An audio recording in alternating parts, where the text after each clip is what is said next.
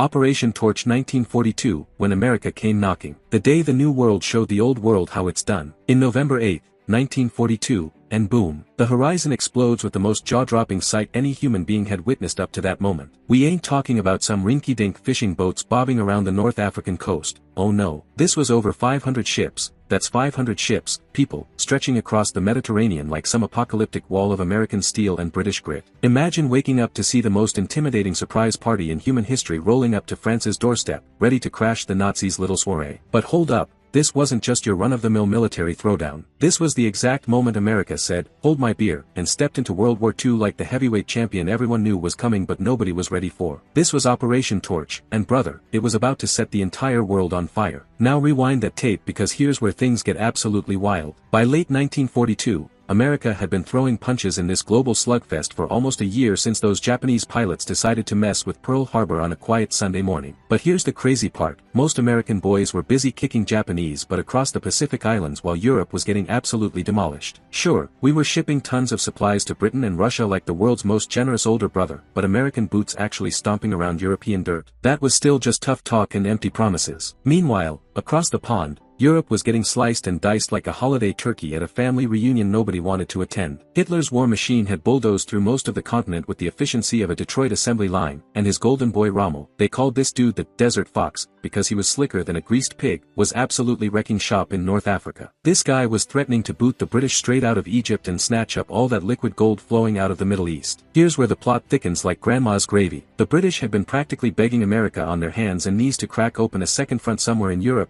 anything, to get Hitler's attack dogs off their backs for 5 minutes. Stalin was screaming the same desperate tune from his frozen Russian hellscape, probably banging his fist on every table in Moscow. But America's top dogs, led by a farm boy from Kansas named Dwight Eisenhower who'd grow up to become president, had a completely different game plan cooking. Can you imagine Eisenhower leaning back in his chair, probably chewing on a piece of wheat, and basically telling everyone, "Y'all want a second front? We'll give you a second front alright, but we're gonna do this thing the red, white and blue way." See, while every military genius and armchair quarterback expected the Allies to maybe take tiny nibbles around the edges of Nazi-occupied Europe like scared mice, America looked at that map and said something nobody in their wildest nightmares saw coming. Instead of trying to storm those heavily fortified European beaches that were basically death traps wrapped in barbed wire, they eyeballed the situation and decided, you know what sounds like a fantastic idea? Let's hit these suckers where they ain't even looking. North Africa, specifically French North Africa, which sounds fancy but was really just Morocco, Algeria, and Tunisia hanging out under Vichy France's thumb. Now Vichy France was basically Nazi Germany's sad little puppet at this point, doing whatever Hitler whispered in their ear like some twisted ventriloquist act. The pure genius of targeting these spots was that they weren't crawling with hardcore German defenders ready to die for the fatherland. These were French colonies packed with French soldiers who, let's be brutally honest here,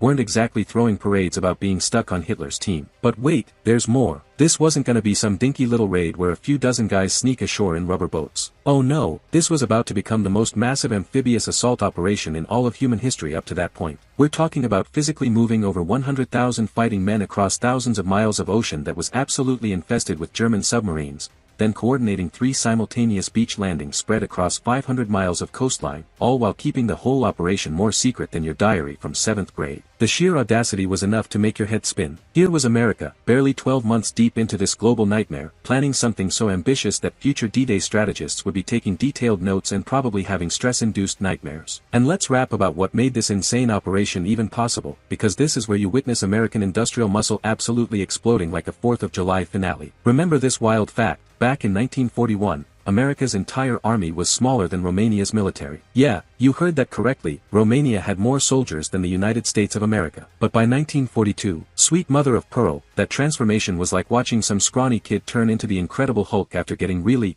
angry. American factories that had been churning out family cars were suddenly spitting out tanks like popcorn machines. Shipyards that used to build humble fishing boats were launching destroyers that could level entire cities. The same country that invented mass production was now mass-producing freedom with a capital F, and it was absolutely beautiful to witness. Just for Operation Torch alone, Americans constructed a fleet including over 350 massive transport ships, 250 warships bristling with enough firepower to sink small continents, and sufficient landing craft to haul 3 complete armies across hostile waters. We're discussing moving enough food, ammunition, medical supplies, and equipment to keep 100,000 warriors fed, armed, and fighting for months, all while crossing an ocean that was absolutely crawling with German U-boats hunting Allied ships like hungry sharks. And the speed of this operation, absolutely mind-blowing. From the exact moment President Roosevelt gave his official thumbs up to American troops actually hitting those beaches was less than 4 months total. 4 measly months to plan, organize, coordinate, and execute the most complex military operation planet Earth had ever witnessed. Now that's American efficiency working at maximum overdrive. Holy cow, let's dive into the absolute legends who were about to rewrite history books with their bare hands. Picture Dwight Eisenhower, this farm-raised Kansas boy who'd never actually commanded combat troops in his entire military career, but possessed something way more valuable than battlefield experience. This guy had the supernatural ability to wrangle British prima donnas who acted like they invented warfare, smooth-talking French politicians who changed sides faster than a quarterback changes plays,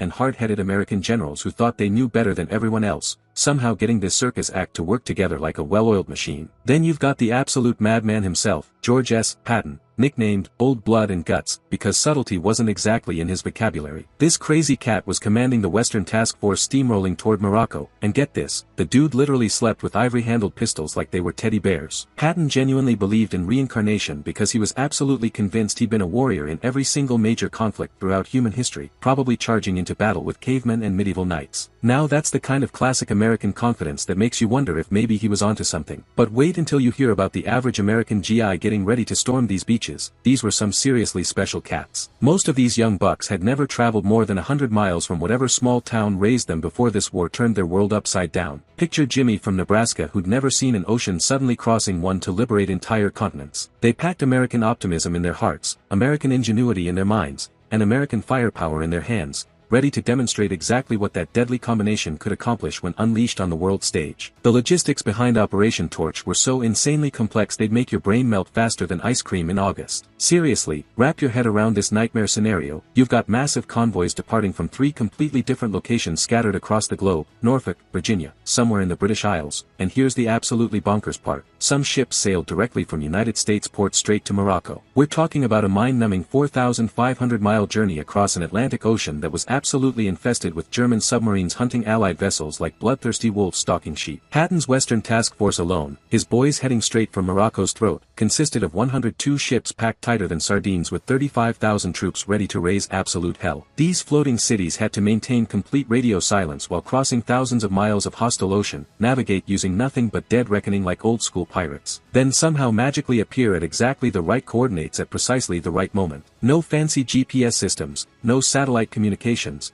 no modern technology whatsoever, just pure American seamanship and naval tradition stretching back to legendary badasses like John Paul Jones who told the British, "I have not yet begun to fight." But here's what really demonstrates American industrial superiority firing on all cylinders. Every single piece of equipment, every individual bullet, every solitary can of beans had to be perfectly loaded, safely transported, and flawlessly delivered exactly where battlefield commanders needed it most. American quartermasters were orchestrating supply chains so sophisticated they'd make modern Amazon executives weep with envy. These logistics wizards prepositioned everything from complex tank replacement parts to basic toilet paper, because that's precisely how Americans wage warfare, with absolutely overwhelming logistical superiority and obsessive attention to microscopic details that lesser militaries completely ignore. November 8, 1942, the storm finally breaks loose. Dawn creeps over Casablanca's sleeping skyline when suddenly the entire ocean transforms into a floating city of American steel and determination. Can you even imagine this scene? Moroccan fishermen stumbling out to check their nets, then freezing in absolute shock as the largest naval fleet in human history materializes from morning mist like some apocalyptic nightmare. Warships stretching beyond the horizon, American flags snapping proudly in ocean breezes,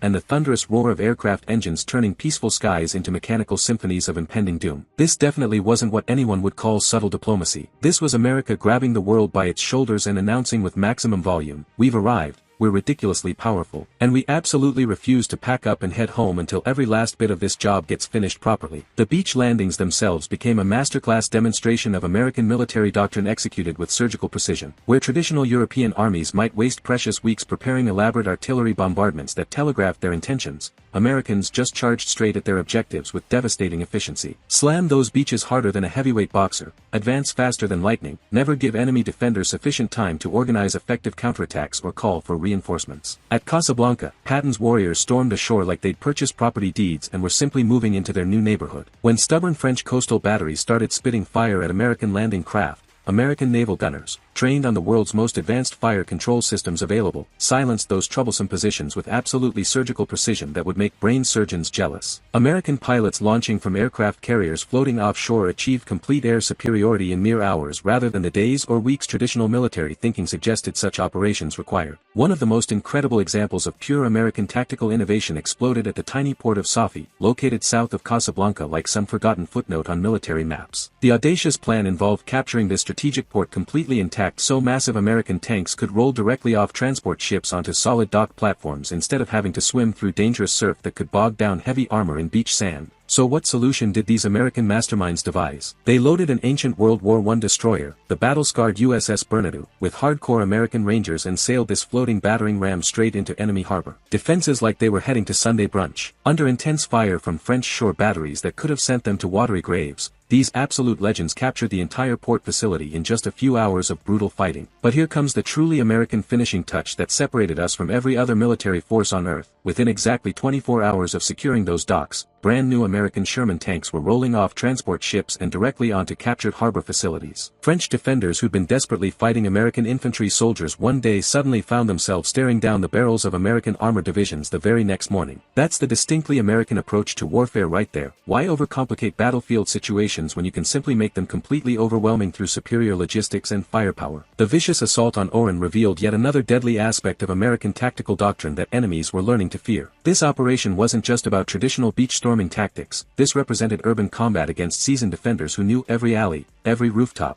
every potential ambush site. French colonial troops, hardened Foreign Legion veterans, professional soldiers who definitely understood how to make invaders pay dearly for every city block. But those Americans arrived thoroughly prepared for this exact scenario. They'd meticulously studied every single street, analyzed every important building, mapped every potential enemy strongpoint with obsessive detail that bordered on scientific research. American intelligence officers had been secretly collaborating with French resistance fighters for months before the invasion, carefully mapping out the city's defensive positions and identifying key vulnerabilities that could be exploited during the assault. When American paratroopers jumped behind enemy lines targeting crucial airfields that could determine the battle's outcome, they executed these complex operations with precision that absolutely amazed even experienced British military observers. These were former farmers and factory workers who'd been civilians just 2 years earlier, now performing sophisticated military maneuvers with professional skill that seasoned veterans would respect. The secret ingredient behind American success at Oran wasn't purely overwhelming firepower, although they certainly possessed plenty of that devastating capability. The real key was flawless coordination between multiple combat arms working together seamlessly. American radio operators maintained constant communication, keeping infantry units,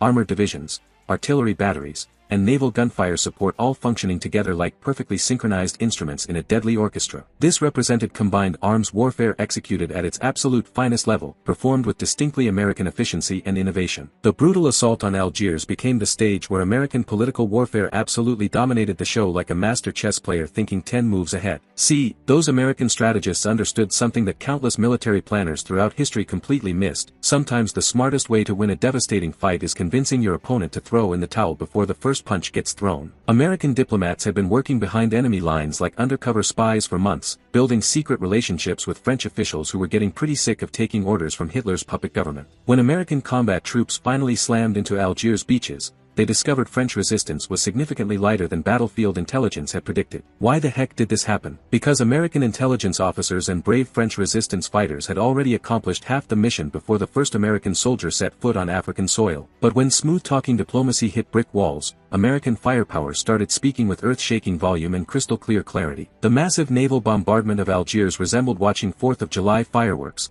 Christmas morning excitement, and Super Bowl halftime entertainment all exploding simultaneously in one spectacular display. American destroyers and heavy cruisers unleashed precision gunnery demonstrations that left German military observers scratching their heads wondering how Americans had developed such devastating accuracy in such a short time. Here's where Operation Torch really showcased American strategic thinking operating at maximum efficiency like a perfectly tuned racing engine. French military forces scattered throughout North Africa found themselves trapped in an absolutely impossible situation that would give anyone nightmares. Technically speaking, official Vichy government orders demanded they resist this Allied invasion with every bullet and bayonet available. But honestly, nobody's heart was genuinely committed to fighting Americans who'd crossed an entire ocean to liberate their homeland from Nazi occupation. Most seasoned French officers vividly remembered America as the faithful ally who'd helped them achieve victory during World War I's bloody trenches. American diplomats, led by smooth operators like Robert Murphy who could charm snakes out of trees, had been quietly building personal relationships and trust for months before the invasion began. When push finally came to violent shove, French military resistance collapsed faster than a house of cards, not because American firepower was absolutely overwhelming, although it definitely was, but because American diplomatic groundwork had already won the psychological battle that mattered most. Within exactly 72 hours of the initial landings, entire French military units were switching sides like fans changing teams during a blowout game. Admiral Darlat, the top Vichy commander who'd been taking Hitler's orders, suddenly cut a backdoor deal with Eisenhower that flipped the entire strategic situation upside down. Boom! Just like that, instead of fighting experienced French troops in brutal urban warfare, Americans found themselves working alongside these same soldiers as battlefield allies ready to kick Nazi butt together. That's pure American pragmatism distilled into its most effective form: win the war first using whatever works, then sort out all the messy political complications later when victory celebrations are over. When Adolf Hitler received urgent reports that Americans had successfully landed massive forces across North African coastlines, his immediate reaction was reportedly just one explosive German word that definitely can't be repeated on family television. German intelligence services had somehow completely missed all preparation activities for the largest amphibious military operation in human history up to that point. Seriously, how do you successfully hide 500 warships and 100,000 combat-ready soldiers from enemy spies? Apparently, if you're American military planners, you just figure it out and make it happen without breaking a sweat. The German response came swift as lightning but proved tragically insufficient for changing battlefield momentum. Hitler immediately ordered Operation Anton, the complete occupation of remaining French territory, while frantically rushing reinforcement troops toward Tunisia like firefighters responding to a five-alarm blaze. But here's the absolutely crucial difference that would define the rest of this global conflict. Germany was reacting defensively to bold American strategic initiative instead of dictating events through offensive actions. For the very first time since this nightmare war began, Nazi Germany found itself playing desperate catch-up to American military strategy instead of forcing everyone else to respond to German aggression. German U-boat submarines immediately attempted attacking the massive invasion fleet with coordinated wolf-pack tactics that had terrorized Atlantic shipping for years. But American escort carriers and destroyer screening forces were locked, loaded, and absolutely ready for this exact challenge. In one of the first major naval battles featuring American escort carriers proving their deadly effectiveness, U.S. Navy pilots shot down German aircraft and depth-charged enemy submarines with devastating efficiency that surprised even seasoned American naval commanders who'd been expecting much tougher resistance from Hitler's supposedly elite submarine force. The overwhelming success of Operation Torch led directly to one of World War II's most critically important diplomatic meetings, the legendary Casablanca Conference held in January 1943. President Roosevelt and British Prime Minister Churchill sat down for crucial strategic discussions in the exact same city that American soldiers had liberated just 2 months earlier through blood, sweat, and superior firepower. Think carefully about the mind-blowing symbolism radiating from this historic moment: the President of the United States and Britain's Prime Minister conducting Allied strategy meetings in a North African city that American warriors had personally captured through amphibious assault operations. Roosevelt wasn't just participating in Allied strategic planning anymore like some junior partner seeking approval, he was actively setting the entire agenda and determining how this global war would be fought and won. Right there in Casablanca, Americans insisted on unconditional surrender as the only acceptable conclusion to this worldwide conflict. No negotiated peace treaties, no diplomatic compromises with fascist ideology, no halfway measures that might allow evil to survive and rebuild strength. Total victory achieving complete destruction of Nazi Germany and Imperial Japan, or absolutely nothing else would be considered acceptable. Now that represents an uncompromisingly American position if there ever was one in human history. Operation Torch represented far more than just another military victory adding points to some cosmic scoreboard. This was the exact historical moment America announced itself as the undisputed dominant power within the Western alliance structure. Before Torch demonstrated American capabilities, Britain maintained its traditional role as senior partner making major strategic decisions. After Torch proved American industrial and military supremacy beyond any reasonable doubt, America was clearly calling every important shot and determining Allied strategy moving forward. The industrial production statistics tell this incredible transformation story better than any speech or propaganda poster ever could. By December 1942's end, American factories were manufacturing more military equipment than all Axis powers combined could produce even working at maximum capacity. American shipyards were launching brand new merchant vessels significantly faster than German U-boats could sink them despite concentrated submarine warfare campaigns. American aircraft manufacturing plants were churning out fighters and bombers by the thousands every month like automotive assembly lines producing family cars during peacetime prosperity. But way more importantly than raw production numbers, American military doctrine was proving its devastating effectiveness on actual battlefields where theories get tested against harsh reality. The deadly combination of overwhelming firepower, superior logistical coordination, and tactical flexibility that would become the distinctive hallmark of American warfare methods for the next 80 years. This revolutionary approach all started coming together beautifully during Operation Torch's complex operations. Let's never forget that Operation Torch wasn't some Hollywood movie or entertaining video game where heroes respawn after getting eliminated. Real American soldiers died horrible deaths to make this strategic victory possible for future generations. During 3 days of intense fighting across multiple landing zones, the United States military lost 526 brave warriors killed in action and 837 wounded soldiers requiring medical evacuation. Every single one of those heartbreaking casualties represented an American family somewhere back home that paid the ultimate price imaginable for global freedom and democracy. But here's exactly what made those terrible sacrifices meaningful rather than just tragic statistics in military history books. These young Americans weren't dying for American territory expansion or valuable natural resources that would benefit United States economic interests. They were sacrificing their lives for the powerful idea that fascist ideology absolutely could not be allowed to achieve victory anywhere on Earth.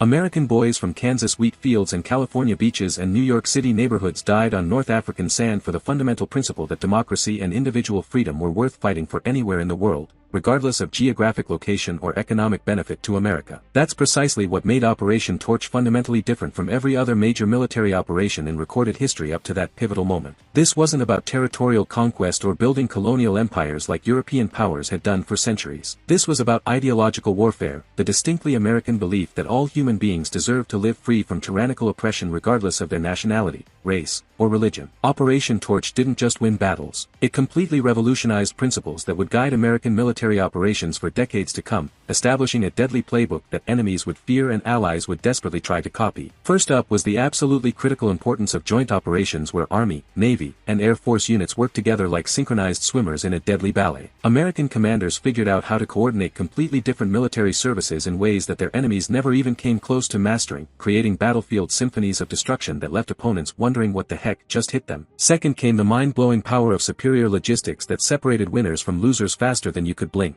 American success across North African battlefields wasn't purely about incredibly brave soldiers or cutting-edge equipment, although they definitely had both in spades. It was about the miraculous ability to continuously supply those warriors and maintain that sophisticated equipment thousands upon thousands of miles from American soil. German armies constantly ran out of essential fuel and critical ammunition like broken-down cars on desert highways. American armies, they never, ever ran dry because American logistics networks functioned like magic tricks that kept pulling supplies out of thin air. Third was the devastating value of technological superiority that gave American forces unfair advantages their opponents couldn't hope to match. American radar systems, American communications equipment, American fire control systems, every piece of this high-tech puzzle provided U.S. forces with battlefield advantages that made their enemies look like they were fighting with Stone Age weapons. American industrial capacity meant these technological marvels could be mass-produced and distributed to every single combat unit instead of being rare prototypes locked away in research facilities. The overwhelming success of Operation Torch triggered a massive chain reaction that ultimately steamrolled straight toward complete Allied victory across European battlefields. Within exactly 6 months of those initial beach landings, combined American and British forces had systematically cleared every last Axis soldier from North African territory, capturing nearly 250,000 German and Italian prisoners who probably wondered how their superior armies got demolished so thoroughly by these upstart Americans. From those North African launching pads,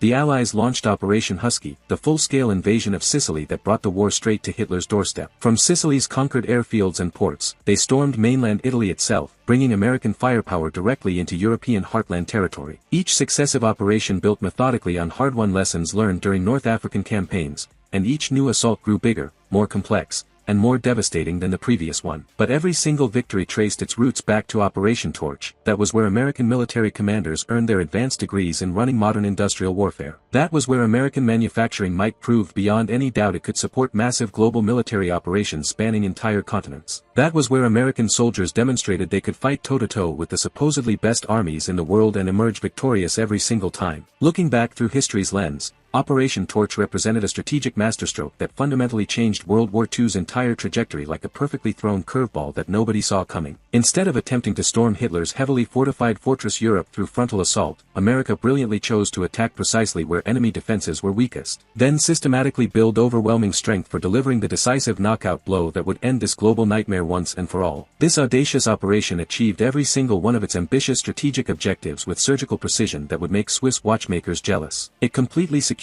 North Africa, permanently opening Mediterranean shipping lanes to Allied vessels carrying vital supplies. It established perfect launching platforms for future operations targeting Italy's vulnerable underbelly. It forced Germany to desperately divide limited military resources between multiple active fronts instead of concentrating everything against Soviet forces. Most importantly, it provided American military forces with invaluable combat experience they desperately need for even bigger challenges waiting ahead. But beyond tactical victories, Operation Torch demonstrated to the entire world, including Stalin's suspicious Soviet Union, that America was absolutely, completely, totally committed to achieving victory in European theaters. No more distant Lend-Lease programs or indirect material support from across safe oceans. America had jumped into this fight with both feet and everything it possessed, ready to slug it out until fascism lay crushed beneath American boots. One absolutely fascinating aspect of Operation Torch that showcased American technological capabilities was the overwhelming superiority of American-manufactured equipment dominating battlefields like futuristic weapons from science fiction movies. American Sherman tanks might not have been the heaviest armored monsters rumbling across desert sands, but they proved remarkably reliable, incredibly easy to maintain under harsh conditions, and most importantly, produced in astronomical numbers that German factories couldn't even dream of matching despite working around the clock. American aircraft, sleek P-40 Warhawks, versatile A-20 Havocs, powerful B-25 Mitchells, absolutely dominated North African skies not just because superior American pilot training programs produced exceptional aviators, but because American aircraft were fundamentally better designed and significantly better constructed than anything enemy factories could manufacture. American radar systems provided Allied commanders with real-time situational awareness that German officers could only fantasize about while flying blind into American-controlled airspace. But the real technological edge that separated American forces from everyone else was revolutionary communications and coordination capabilities that functioned like telepathic networks connecting entire armies. American radio equipment allowed field commanders to coordinate complex operations across hundreds of miles in real time, issuing orders and receiving intelligence reports faster than enemies could react to changing battlefield conditions. That kind of instantaneous command and control capability gave American forces absolutely decisive advantages in rapid, mobile warfare where split-second decisions determined victory or devastating defeat. The brutal air war raging over North African battlefields became the proving ground where American air power finally came of age like a young eagle learning to soar above mountain peaks. American pilots, many barely out of flight school with ink still wet on their graduation certificates, courageously went head-to-head against seasoned German and Italian aircrews who'd been fighting since this war began, and consistently came out on top like heavyweight champions defending their titles. The secret weapon wasn't purely individual pilot skill, although American training programs were definitely producing absolutely exceptional aviators who could outfly anyone. The real crushing advantage was overwhelming numbers combined with superior logistics that functioned like perpetual motion machines. American aircraft factories were producing brand new warplanes significantly faster than combat operations could possibly destroy them, creating an endless stream of reinforcements that demoralized enemy pilots who watched their squadrons shrink while American formations kept growing larger. German pilots might occasionally shoot down American planes through superior experience or lucky shots, but there were always more American aircraft appearing the very next day like mechanical locusts swarming across desert skies. German air bases struggled with supply lines stretching hundreds of miles across hostile territory, relying on vulnerable truck convoys that could be attacked by roving Allied fighters. American air bases received steady supply streams from cargo ships that could transport more equipment, fuel, and ammunition than hundreds of trucks combined. Operation Torch absolutely could not have succeeded without achieving total American naval supremacy across thousands of miles of hostile Atlantic waters. The U.S. Navy faced the monumentally challenging task of safely transporting and protecting 100,000 combat troops across oceans crawling with German submarines specifically hunting Allied vessels like underwater wolves stalking helpless sheep. American destroyer escorts, many constructed in brand-new shipyards that hadn't even existed 2 years earlier, formed impenetrable anti-submarine screening forces that surrounded and protected the massive invasion fleet like steel umbrellas deflecting underwater attacks. American escort carriers provided continuous air cover far from any friendly airfields,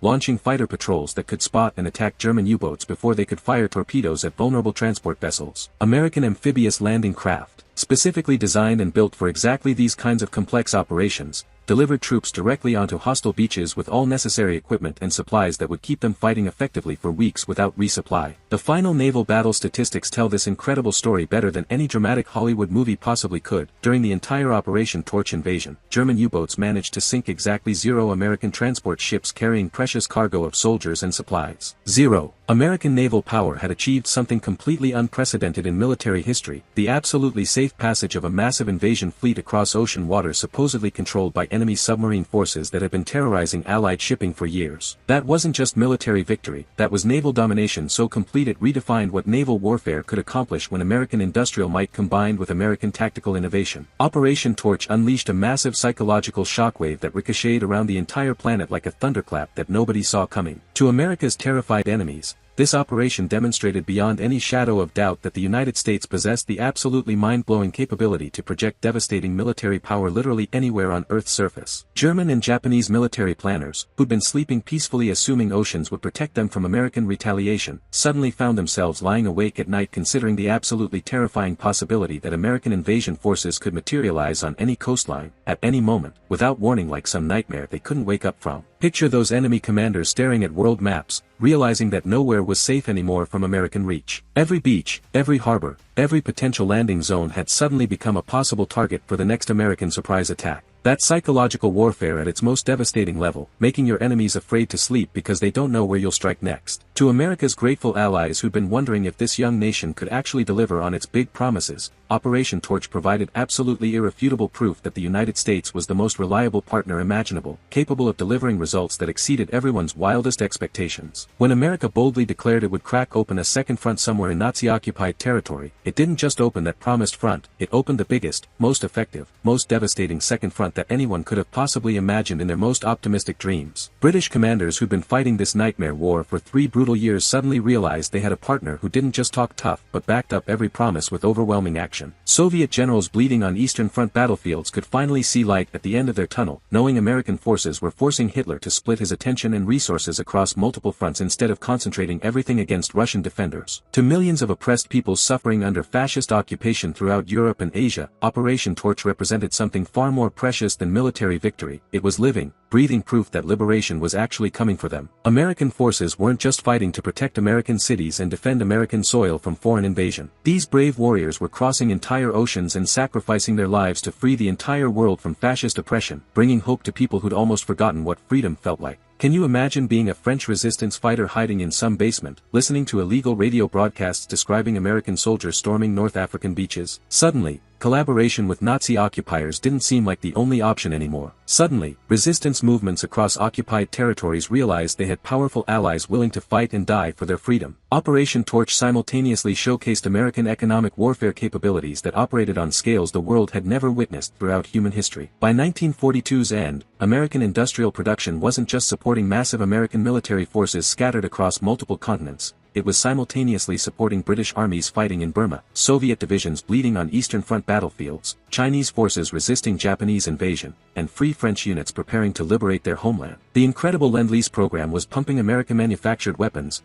vehicles, aircraft, and critical supplies to America's allies significantly faster than combined Axis industrial capacity could possibly replace their mounting losses. American shipyards were launching brand new merchant vessels and warships at rates that completely overwhelmed German submarine campaigns that had been terrorizing Atlantic shipping lanes for years. But here's where things get absolutely mind-blowing. Operation Torch required American industry to simultaneously support this massive overseas military operation involving hundreds of thousands of troops while maintaining steady supply flows to other allied nations fighting their own desperate battles. American factories met both enormous demands without breaking a sweat, like some industrial Superman flexing muscles that nobody knew existed until crisis demanded maximum effort. That represented economic power operating on scales that human civilization had never experienced before in recorded history. German industrial planners studying American production statistics probably needed strong drinks just to process numbers that seemed impossible according to traditional economic theories. Hidden behind Operation Torch's dramatic beach assaults was an intelligence operation that showcased rapidly developing American capabilities in shadowy fields traditionally dominated by sophisticated European spy networks. American intelligence officers worked secretly with brave French resistance members,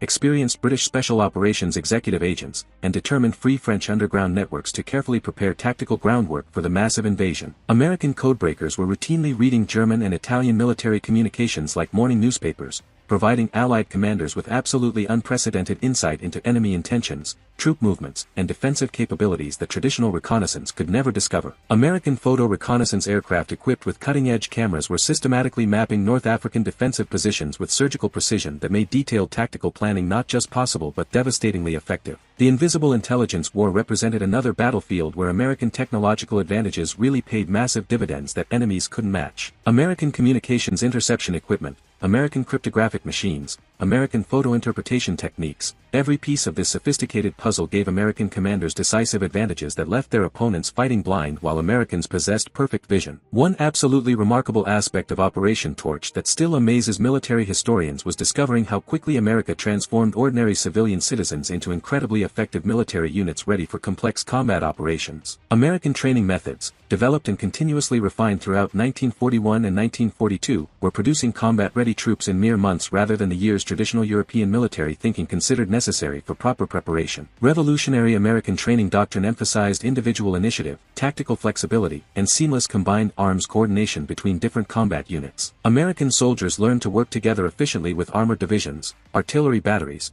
and close air support in sophisticated ways that European armies had required entire decades to develop through bitter trial-and-error experiences. The final result was an American military force that could adapt to rapidly changing tactical situations significantly faster than opponents who relied on rigid doctrinal thinking and centralized command structures that couldn't respond quickly to battlefield developments. American junior officers and non-commissioned officers received training that encouraged them to make independent decisions and take bold initiative in ways that gave American combat units absolutely decisive advantages during fluid combat situations where split-second timing determined victory or catastrophic defeat. American medical capabilities deployed during Operation Torch represented revolutionary advances that saved countless lives while maintaining fighting effectiveness at levels enemies couldn't match. American field hospitals, mobile surgical units, and sophisticated medical evacuation procedures were saving wounded soldiers and getting them back into active combat significantly faster than any military medical system in human history had ever achieved. But the real miracle that separated American forces from every other military organization on Earth was their incredible logistics capabilities that functioned like magic tricks performed on industrial scales. American supply systems could deliver literally everything from massive tank engines to morale-boosting ice cream to American forces operating thousands of miles from the nearest American port, maintaining fighting effectiveness regardless of geographic challenges. Picture this incredible contrast. German and Italian forces scattered across North African battlefields were chronically short of essential fuel, critical ammunition, and vital spare parts that could mean the difference between victory and defeat. Meanwhile, American forces never faced those crippling shortages because American logistics networks could deliver whatever American troops needed, whenever they needed it, wherever they happened to be fighting across vast desert territories. American quartermaster units were coordinating supply chains that stretched from Detroit automobile factories converted to tank production,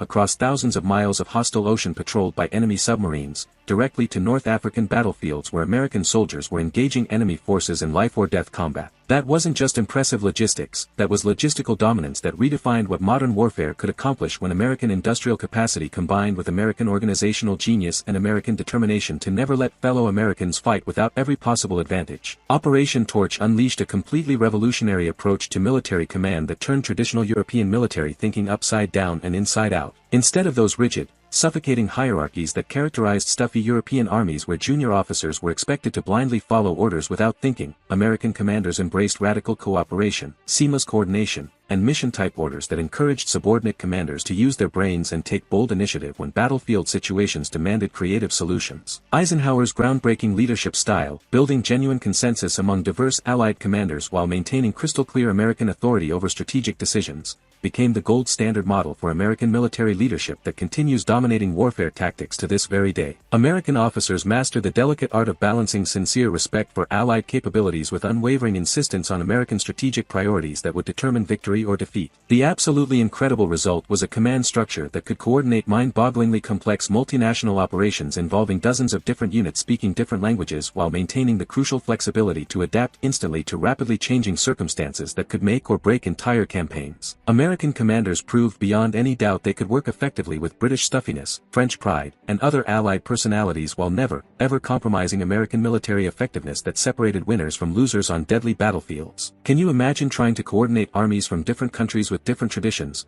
different languages, different tactical doctrines, all while fighting for your lives against experienced enemy forces? That's exactly what American commanders accomplished with style that made it look easy. Operation Torch marked the pivotal historical moment when America completely, totally, irreversibly accepted its destined role as a global superpower carrying massive global responsibilities on its shoulders. American forces weren't just fighting to protect American cities or defend American economic interests from foreign threats. These warriors were literally fighting for universal principles of human freedom and democratic values that transcended national boundaries and geographic limitations. This represented an absolutely fundamental shift in American strategic thinking that would reshape world history for generations. For the first 150 years of its existence as an independent nation, America had focused primarily on continental expansion across North American territories and hemispheric defense against European colonial powers. Operation Torch demonstrated with devastating clarity that genuine American security required active, aggressive engagement in global affairs regardless of distance or immediate American interests. This groundbreaking operation established crucial precedents that would guide American foreign policy decisions for the next 80 years and counting. American military intervention supporting democratic values worldwide, American leadership of complex international coalitions, American commitment to maintaining global stability against totalitarian threats. Every single principle that defines modern American foreign policy started crystallizing during Operation Torch's planning and execution phases. Think about how radical this transformation was.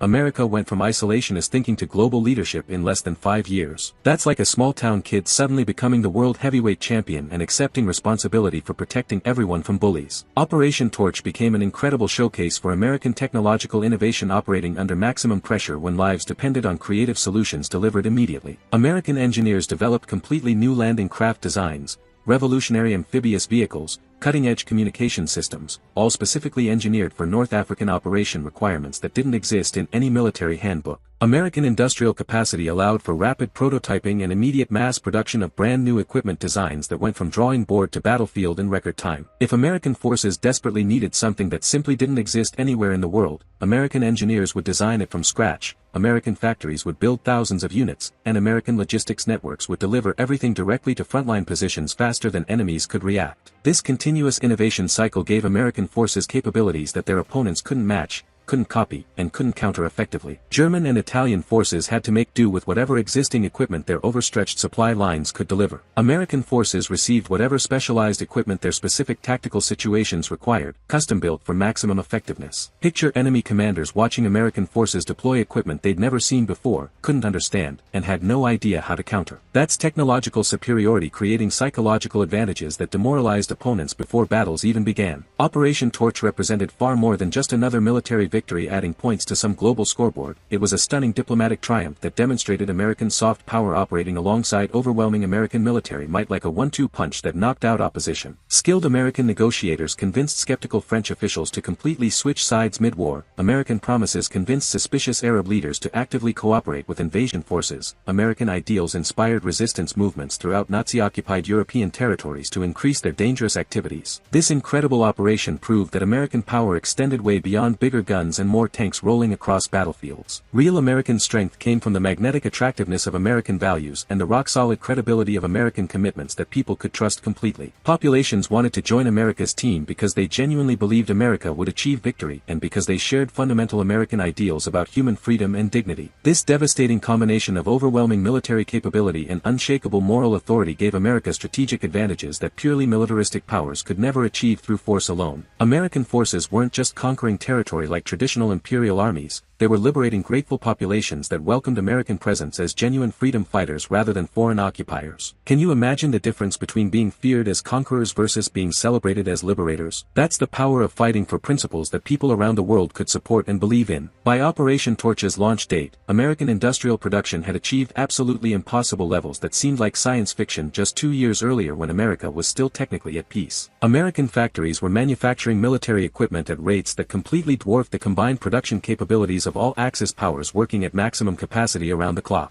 American shipyards were launching brand new vessels every single day like clockwork that never stopped ticking. American aircraft manufacturing plants were completing sophisticated new warplanes every hour of every day, creating assembly line efficiency that transformed warfare itself. American munitions factories were producing ammunition, explosives, and weaponry significantly faster than American forces could possibly expend everything in actual combat operations. This incredible industrial supremacy meant that American military commanders could plan ambitious operations without worrying about supply constraints that paralyzed enemy planning. German commanders had to carefully conserve precious ammunition and rationed fuel like survival supplies. American commanders could unleash whatever overwhelming resources their tactical situations required without counting bullets or measuring gasoline. That's the difference between fighting with limited resources versus fighting with unlimited industrial backing. American forces could focus entirely on winning battles while enemies worried about running out of supplies. Operation Torch was just one crucial piece of a much broader American strategic vision that looked far beyond simply winning World War II toward shaping the entire post-war global system. Brilliant American planners were already thinking decades ahead about post-war global security arrangements and America's permanent role in maintaining international stability against future threats. This far-sighted operation established America as the undisputed dominant power within the Atlantic Alliance structure while demonstrating American capability to project devastating military power literally anywhere on planet Earth. These unprecedented capabilities would become the unshakable foundation of American leadership throughout the post-war international system that continues today. American success across North African battlefields convinced suspicious Stalin that America was absolutely serious about defeating Nazi Germany completely, setting crucial groundwork for continued cooperation during the final phases of European war operations. The operation also demonstrated to potential post-war rivals that American military power could reach anywhere in the world with devastating effectiveness,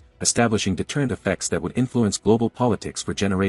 Think about how this single operation changed everything. America went from regional power to global superpower, from reluctant participant to undisputed leader, from defending its own territory to accepting responsibility for worldwide freedom and democracy. That's not just military victory, that's historical transformation that redefined what America meant to the world. Operation Torch became the ultimate classroom where American military doctrine finally came together like puzzle pieces, forming a deadly masterpiece that would dominate battlefields for generations. American commanders discovered exactly how to coordinate incredibly complex joint operations involving multiple service branches, figured out how to manage mind-boggling logistics networks spanning entire continents, and mastered the art of integrating cutting-edge technologies into real-world combat operations where one mistake could cost thousands of lives. But here's where things get absolutely incredible. These hard-won lessons weren't just filed away in some dusty military archives to be forgotten. American military leaders immediately applied every single tactical innovation to subsequent operations targeting Sicily, Italy, and eventually the legendary beaches of France that would decide the war's ultimate outcome. Each new operation methodically built upon precious experience gained through North African blood, sweat, and sacrifice, and each successive assault became more sophisticated,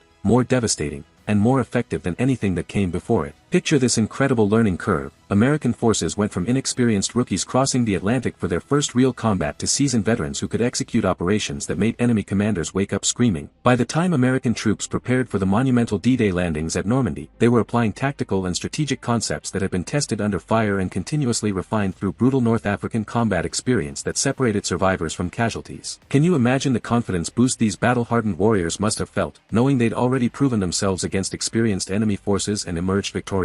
Operation Torch was literally where American military excellence got forged in the fires of actual warfare, creating standards that would define American military superiority for the rest of the 20th century and beyond. Operation Torch represented something far more significant than just another military operation adding victories to history books. This was America's dramatic announcement to every nation on planet Earth that the United States had officially arrived as an unstoppable global superpower ready to reshape world history. In just 3 days of intense fighting during November 1942, American forces demonstrated military capabilities that fundamentally changed the global balance of power for the remaining decades of the 20th century and established American dominance that continues today. This groundbreaking operation provided absolutely irrefutable proof that American industrial capacity could successfully support massive global military operations involving hundreds of thousands of troops fighting simultaneously across multiple continents. It demonstrated beyond any reasonable doubt that revolutionary American military doctrine could systematically defeat the supposedly best armies in the entire world, including battle-hardened German veterans who'd conquered most of Europe. Most importantly, it showed skeptical allies and terrified enemies that American leadership possessed the vision and capability to coordinate incredibly complex international coalitions involving dozens of different nations with different languages, cultures,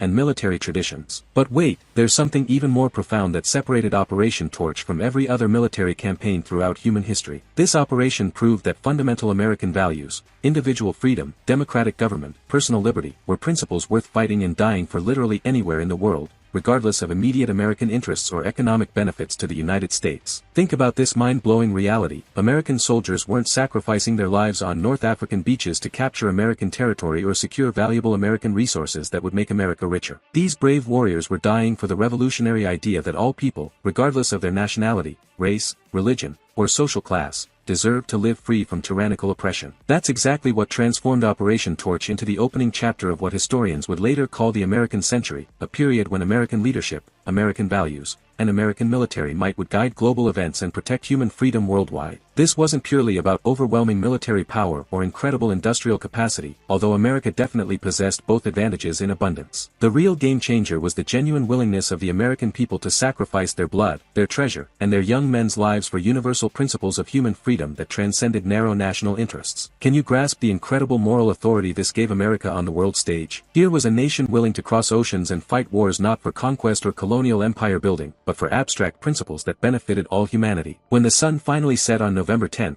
1942, and the last scattered French resistance had officially ended across North African battlefields, planet Earth had become a fundamentally different place than it was just 3 days earlier. America had dramatically announced itself as the undisputed leader of the free world, accepting global responsibilities that would guide the course of international events for the next 8 decades and establish precedents that continue shaping world politics today. Picture that symbolic sunset marking the end of one historical era and the beginning of another. The moment when America stepped forward to accept the leadership role that destiny and circumstances had thrust upon this young nation. From that day forward, when global crises erupted anywhere on Earth, people would look to America for leadership, protection, and hope that freedom would ultimately triumph over tyranny. Operation Torch marked the exact moment when America came of age as the world's dominant superpower, ready to accept responsibilities that previous generations of Americans could never have imagined. This was where American military might, American industrial capacity, and American ideals finally came together in perfect harmony to change the entire course of human history toward freedom, democracy, and individual liberty for all people everywhere. And here's the most incredible part that still gives you chills when you really think about it. Operation Torch was just the beginning of America's global mission. This was merely the first chapter in an ongoing story where American warriors would continue crossing oceans, liberating oppressed peoples, and fighting for universal human rights in Korea, Vietnam, Kuwait, Afghanistan, and countless other places where freedom needed defending against those who would destroy it. The young Americans who stormed those North African beaches in November 1942 had no idea they were launching a legacy that would inspire future generations of American servicemen and women to continue that same mission of global liberation. They were just doing their duty, following orders, fighting for their buddies beside them. But their courage, their sacrifice, and their victory established America as the world's protector of freedom, a role that continues defining American foreign policy and military commitments around the world today. That's the true legacy of Operation Torch, not just a military victory that helped win World War II, but the birth of America's permanent commitment to defending human freedom anywhere it's threatened by those who prefer darkness over light, oppression over liberty, fear over hope.